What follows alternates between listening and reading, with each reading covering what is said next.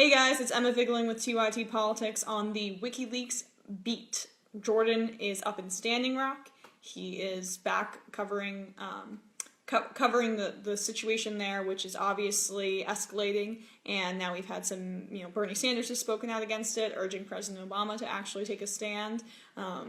We've had a lot of escalations up there. The militarized police continue to just completely abuse the protesters there, or the protectors there, excuse me. Sorry, I sometimes fall back into that as well. So go check out those videos, Jordan at Standing Rock. So I'm here at home doing what needs to be done, looking through the WikiLeaks, trying to break some stories for you guys. Let's start off right away with John Podesta. This is an article by Ken Vogel, who has been also on the WikiLeaks beat of Politico. He's actually a really good journalist, and I really encourage you guys to check out his work. We cite him all the time in terms of WikiLeaks. So this article is entitled, Podesta Paid $7,000 a Month by Top Donor. Hillary Clinton's campaign chairman, John Podesta, last signed a $7,000 a month contract with the foundation of a major Clinton donor who made a fortune selling the type of mortgage that some critics say contributed to the housing collapse hacked emails show. In February of last year, as Podesta was working to lay the groundwork for Clinton's soon-to-launch campaign for the Democratic presidential nomination, he signed the contract with the Sandler Foundation, which was started by Herb Sandler and his late wife, Marion Sandler. According to Time, who listed 25 people to blame for the financial crisis, Marion and Herb Sandler were one of those 25. And they are paying John Podesta $7,000 a month, currently, according to WikiLeaks. I'll read now from Time, just to give you some context into who these people are. In the early 1980s, the Sandler's World Savings Bank became the first to sell a tricky home loan called the Option ARM. And they pushed the mortgage, which offered several ways to backload your loan and thereby reduce your early payments, with increasing zeal and misleading advertisements over the next 2 decades. The couple pocketed $2.3 billion when they sold their bank to Wachovia in 2006. But losses on World Savings loan portfolio led to the implosion of Wachovia, which was sold under duress last year to Wells Fargo. So they pocketed together $2.3 billion and sold their shitty bank to Wachovia in 2006. So these are the people that are paying John Podesta $7,000 a month currently. If the contract has not expired, we are not sure of that as of now, but there's no evidence to suggest that he's stopped receiving these payments. The contract, the article continues, a copy of which was included in emails illegally obtained from Podesta's Gmail account and disseminated Monday by WikiLeaks, is still active, according to Herb Sandler, who said that it calls for Podesta to provide advice on grant-making and other foundation functions.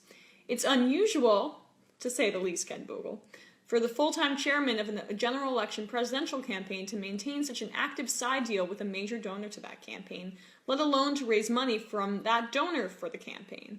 But the hacked emails show that Podesta, who does not draw a salary from the Clinton campaign, though he has been paid $58,000 by the campaign for travel and subsistence, did both, while also maintaining a close personal relationship with Sandler. The WikiLeaks cache shows that Podesta provided Sandler with philanthropic advice and assortments of cheeses and pastas as gifts on the holidays, while Sandler offered all manner of political observations and once tried to get Podesta to arrange for former President Bill Clinton to write a blurb for a book written by one of Sandler's friends. But Sandler brushed aside any concerns about potential conflicts of interest. Oh, God forbid. I have never asked for anything of any political person. 0 requests ever, Sandler said. If they're responsive, it's because they regard me as thoughtful and a major contributor to democratic causes, Sandler asked, adding that Podesta knows that he doesn't get any bullshit from me. He knows I have no hidden agenda. He knows that my values are similar, similar to his, and that we care about people and not the billionaires, even though I ended up by some crazy thing to be one. You ended up by some crazy thing by apparently being a major cause of the housing crisis back in 2008, Sandler. And so you're just giving Hillary Clinton's campaign chair, who, by the way, hilarious that he's not even being paid by the Clinton campaign, because I'm assuming he knows that the long game is that he'll just be paid in spades. He's the Hillary Clinton campaign chair. Of course, corporations are going to be lining up to throw golden coins at his very feet. So the idea that Sandler isn't asking for anything, he's just paying John Podesta $7,000 a month, just out of the goodness of his heart. I'm assuming he doesn't want anything in return. I'm assuming that it's just because he cares so deeply about the Democratic cause, which is, by the way, code for I want something in return to caring about the Democratic cause. Big banks realize we can't just buy the Republican Party because they are so vile, and all these crazies that we put up in government to obstruct everything that President Obama does, or obstruct every little social program that the Democrats want to put forth. That's not enough, because they're not going to get elected all the time. The Democrats need to be bought just equally as well. Hi, Abby. My friend Abby is watching right now, so good to see you, Abby, on Facebook Live. So that is one of the major troubling concerns that have come out in WikiLeaks. I encourage you guys to read the entire Ken Vogel article. It is longer, and he's just been doing wonderful work in terms of WikiLeaks, so go look at that. But so, long story short, because I can't read the whole article to you guys, Ken Vogel is receiving $7,000 a month from someone who was an instrumental actor in the cause of the housing crisis, and the candidate that he is working for says that he has no issue, or she has no issue with taking money from corporations and big banks. It's not going to affect her judgment at all. So we'll see how that goes. It also, one of the biggest parts of the article that blows my mind is that John Podesta isn't receiving any money from Hillary Clinton. There must be a much larger payoff for him, unless he just really believes in her and her ideals. What ideals? She has been shown throughout these WikiLeaks that she has no real principles. It's just where the wind blows. So, believing in Hillary Clinton means believing in your own self-interest. That's really how a lot of these people get about. Although, except for Neera Tanden, who seems to just be slightly in love with her. Speculation and joking on my part. We continue with the Podesta leaks. Jordan tweeted this out. Hillary Clinton campaign appears to have changed language in the Keystone pipeline statement. Pipeline's very relevant right now, based on some stakeholder conversations, in quotes. So, this was an email talking about how to craft her statement on the Keystone XL pipeline. This is from Trevor Hauser, who works for her. John/Maya/Jake, let me know if and when I should share the op-ed and infrastructure fact sheet that we have been working up with Amanda and Nikki. The latter should be helpful in easing the blow for the trades. Jake Sullivan replies, I would share them now. Maya, we should get all of this locked and loaded for early next week. So, Hillary Clinton campaign, very concerned about the trade unions. They do something every night, according to these John Podesta emails, called nightly labor updates. They send out emails about how labor is feeling about the Hillary Clinton campaign. Always very concerned about how labor is responding to her candidacy, especially in the heat of the primary, where we have Bernie Sanders, who is very vehemently anti-TPP, vehemently anti these trade deals, very pro-worker, pro-blue-collar. Again, full disclosure, I voted for Bernie Sanders, so that's my perspective, but I think really objectively you can say that Bernie was the better labor candidate. The reply to that email is, okay, need to make one or more set of edits tonight based on some stakeholder conversations today. Some stakeholder conversations. So, yes, you can have a nightly labor update, and you can worry about how the labor unions are going to be replying and responding to your stances on the pipelines, basically Keystone XL pipeline what the campaign was very concerned about was that when you go up against these pipelines, a lot of the labor unions lose jobs. They're not able to help build those pipelines, so they get frustrated and concerned and might back away from her candidacy.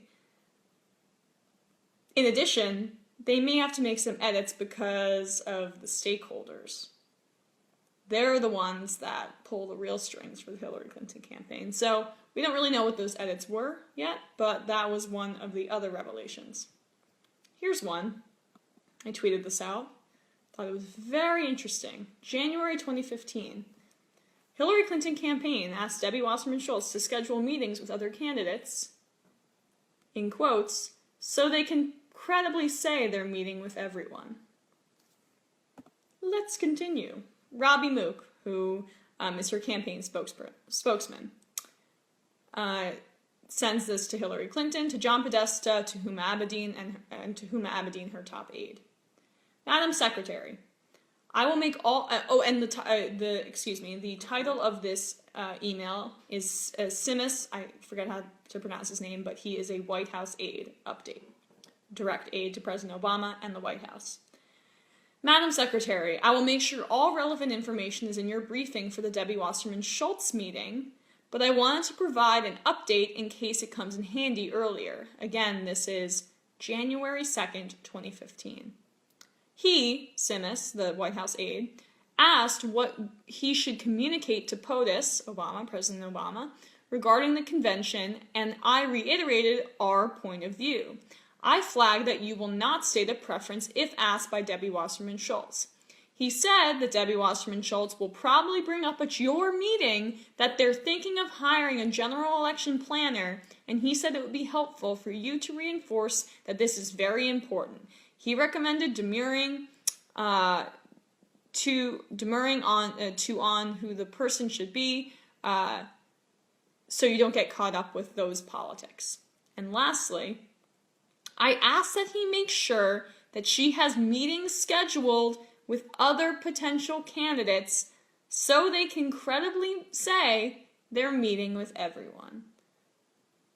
So let's throw up that she's meeting with other candidates without actually really considering those candidates and making sure it's an even-handed process. You're already in the bag, Hillary Clinton. Don't even worry about Bernie Sanders. This is definitive proof that, like, smoking gun proof, that Debbie Wasserman Schultz, President Obama, and Hillary Clinton had been colluding as late, because there have been earlier emails alluding to this too in late 2014, as January 2015, just to give, and making to kind of have a bias towards Hillary Clinton as a candidate. Make sure you're meeting with other candidates to say that you're credibly meeting with everyone. It's bothersome because why not just meet with everyone? Like, President Obama, this was so needless of him. He didn't need to get involved in this process. Debbie Wasserman Schultz could have been a corrupt stooge on her own. But this shows that the three of them together were colluding in January 2015 and wanted to ensure that she had a leg up as the nominee. So, it's nothing that we didn't suspect already. But what WikiLeaks is providing us is with the ammunition to say, you know what, fuck you, Democratic establishment, when you say that this was a neutral process. You were lying through your teeth the entire time. From the beginning, when this process was originated, Hillary Clinton was not just the preferred nominee, but someone who they were going to push through the process pretty much at all costs, and everyone else who was being considered was essentially just to give the credibility that they're considering every other candidate. Say what you will about the Republicans. As much as they hated Donald Trump, they didn't rig it at the beginning of the process to make sure that Jeb Bush was the nominee. And Jeb Bush was an amazingly inept candidate, and Hillary Clinton's campaign, despite the fact that they are a well-oiled machine, have an immense amount of problems, an immense amount of vulnerabilities. But the Republicans didn't have the backing of the Democratic or of the Republican establishment that had a stranglehold on one candidate and were pushing away and shoving away anyone else who wanted to get involved in the process. They had an open primary. And look who came out of it, the more populist candidate. If we had a real open and honest primary, who do you think would have come out of it in this populist year? So, again, definitive proof that Debbie Wasserman Schultz, President Obama, and Hillary Clinton were colluding in January 2015. Here's another one. I did an earlier YouTube live report where I discussed the Hillary Clinton and her campaign colluding and communicating with super PACs, which is illegal. I had a blueberry in my teeth, and it was embarrassing. So go check that out on youtube.com/tytpolitics. But Hillary Clinton can't, Citizens United said that independent expenditures and super PACs are not illegal as long as they are not coordinating directly with the campaign. Citizens United was ironically a case that involved Hillary Clinton. Citizens United made a documentary about Hillary Clinton, It was full of falsehoods, but it ran up against some FEC regulations, so they took it to court. They ended up winning in a disaster situation, but campaign finance regulations were already horrible at that point. But what came out of it was basically saying that PACs and super PACs spending all this money on elections, it does not give off corruption or the appearance of corruption. The only time that it would, and it would be a violation of campaign finance rules and would be corruption, would be if those PACs, super PACs, were directly coordinating with campaigns. So according to Citizens United, a case that involved Hillary Clinton, but she was on the other side, apparently, it's illegal to be coordinating directly with super PACs as a campaign. I'm sure Brock, this is in the email, Christina Reynolds sent this, I'm sure Brock and team would love to go at him. Want me to put you in touch with them? I can reach out to David. David Brock is from Media Matters and has his own super PAC. So they're coordinating directly with David Brock's super PAC. And then earlier on, or later, they say, Angel talking to CTR, which is Correct the Record, a super PAC, and David, referring to David Brock. So this shows that they are directly coordinating with Correct the Record and with David Brock. That is illegal by the very purviews outlined in Citizens United. As I reported in that same YouTube Live, Scott Walker was caught earlier in the year directly doing the same thing. So we have a Democratic candidate and a Republican stooge, Koch brothers stooge, who are basically doing the same kind of corruption. That is what our campaign finance regulations have made this country come to. It's no longer good cop, bad cop. Both parties, a Hillary Clinton-led Democratic Party certainly, it's not as bad as the Republicans, but it's pretty bad,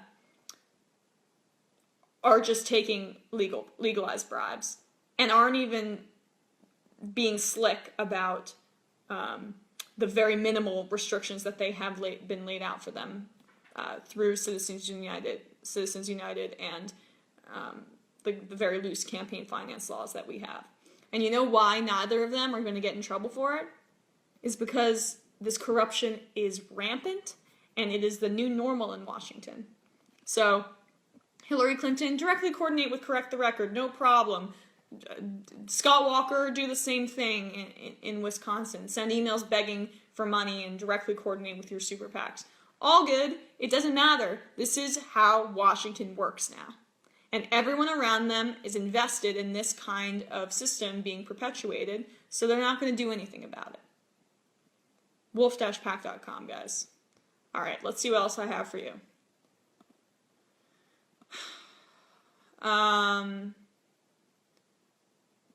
Here's another one about David Brock. It's from Robbie Mook to Jennifer Palmieri and Christina Shake. Jennifer Palmieri is her communications director. I hope Elrod does a better job for us. Adrian Elrod is Hillary Clinton, a spokesman for the campaign. So they quote a Washington Post article when they're saying, correct the record, didn't do a good job defending Hillary Clinton. Then they say, I hope Elrod does a better job for us. Essentially, referring to Correct the Record, an independent organization, as an arm of the Hillary Clinton campaign. Palmieri responds, this is some kind of bullshit from Team Brock. Team Brock. Right. Super PACs are independent of the Hillary Clinton campaign, except that they're on their team. Team Brock.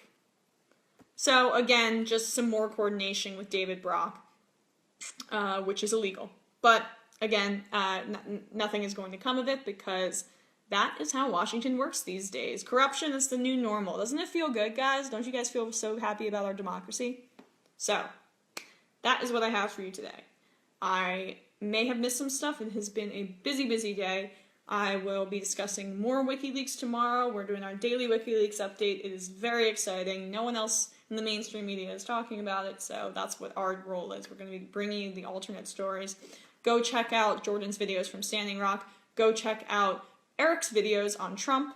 Jordan, we've been kind of like divvying up the what we're covering. Eric has been doing a lot more Trump stuff, so go check those out. youtube.com/tytpolitics. Just because we hit 100,000 subscribers doesn't mean that you can't encourage more people to subscribe. youtube.com/tytpolitics. Tell your friends, tell your neighbors, tell Randy Gonzalez. It kind of sounded like Jordan there. A little Long Island in me. But I'm from Jersey. Have a good day, guys.